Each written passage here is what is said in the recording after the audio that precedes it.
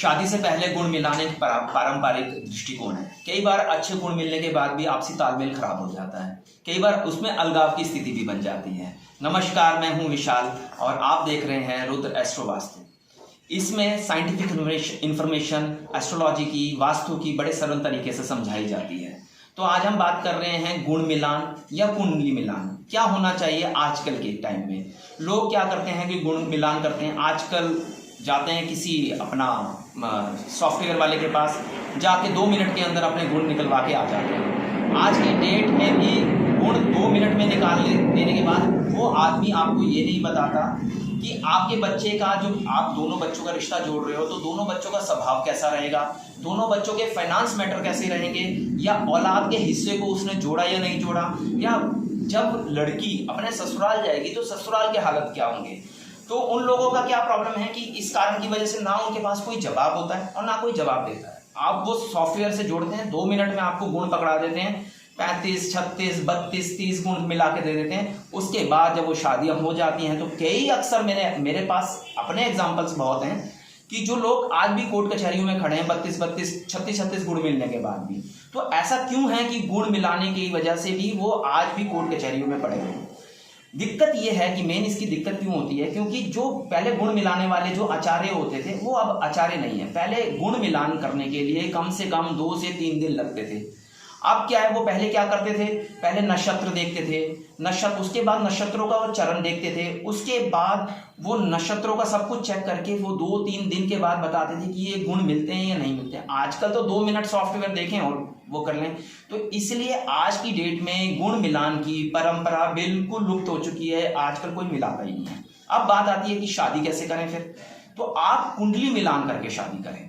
जब भी आप कुंडली मिलाते हैं तो उससे बेटर, गुण का तो आपको पता ही नहीं है करना क्या है उसमें, लेकिन कुंडली मिलान में आप ये जाके पता कर सकते हैं कि दोनों की शादी के योग कैसे हैं। अगर लड़का और लड़की की आप कुंडली दिखाते हैं तो आप ये पता कर सकते हैं कि दोनों की शादी के योग कैसे है, दोनों का गृहस्थ जीवन कैसा रहेगा शादी के बाद, दोनों की फिजिकल स्टेबिलिटी कैसी रहेगी, मतलब उनको बीमारियां आएंगी या नहीं आएंगी, या फिर वो बच्चों के योग कैसे हैं, आगे उनकी सुख समृद्धि कैसी रहेगी, और सबसे बड़ी बात है कमाई के साधन कैसे रहेंगे। आजकल लड़का और लड़की दोनों कमाते हैं, तो कमाई के साधन ये देखा जाएगा कि लड़की और लड़के के दोनों के कमाई के साधन कैसे रहेंगे। तो ये आजकल की कुंडलियों में कुंडली मिलान करना चाहिए, ना कि गुण मिलान करना चाहिए। जैसे कि जब मैं तो ये सोचता हूं कि जब कुंडली मिलाना ही नहीं है, जब कुंडली के बारे में, आप गुणों के बारे में आपको कुछ पता ही नहीं है, तो लोग मिलवाते क्यों हैं। इससे अच्छा आप कुंडली मिलवाइए।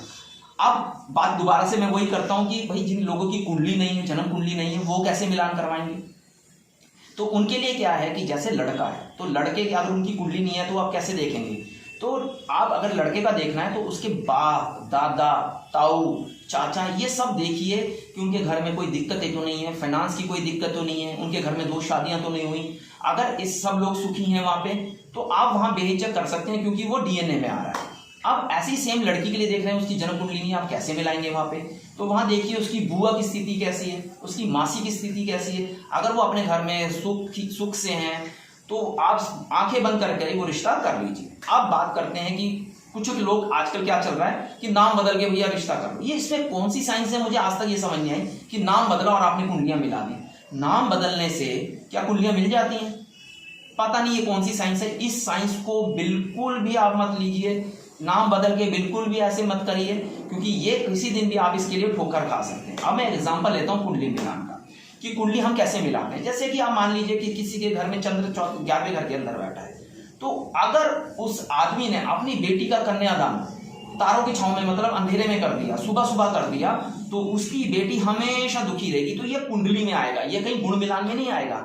अब एक और एग्जांपल लेते हैं, जैसे सूर्य और शुक्र, मान लीजिए सूर्य शुक्र बैठा है किसी की कुंडली में इकट्ठा, तो उसकी शादी 22 से 25 वर्ष के बीच में अगर कर दी तो समझ लीजिए कि उसकी अलगाव की स्थिति आएगी। ये चीजें गुण में नहीं आएंगी, ये सिर्फ कुंडली मिलान में ही आएंगी कि भाई सूर्य शुक्र का कॉम्बिनेशन है और ये 22 से 25 के साल में अगर इसकी शादी कर दी तो ये दिक्कतें आएंगी। इसके बाद अब आ लेते हैं 8वें घर के राहु की बात करते हैं। जैसे किसी लड़की की कुंडली में मान लीजिए 8वें घर का राहु है। अब 8वें घर का राहु है, जब तक वो अपने घर में थी बहुत सुखी थी, सब कुछ अच्छा चल रहा था, सब लोग सुखी थे। लेकिन अगर उसकी शादी कहीं गलती से दक्षिण मुखी के घर में हो जाती है तो वो उस घर में कलेश, दिक्कतें, परेशानी नाम किस पे आता है कि लड़की जब से हमारे घर में आई है दिक्कतें पैदा कर दी हैं।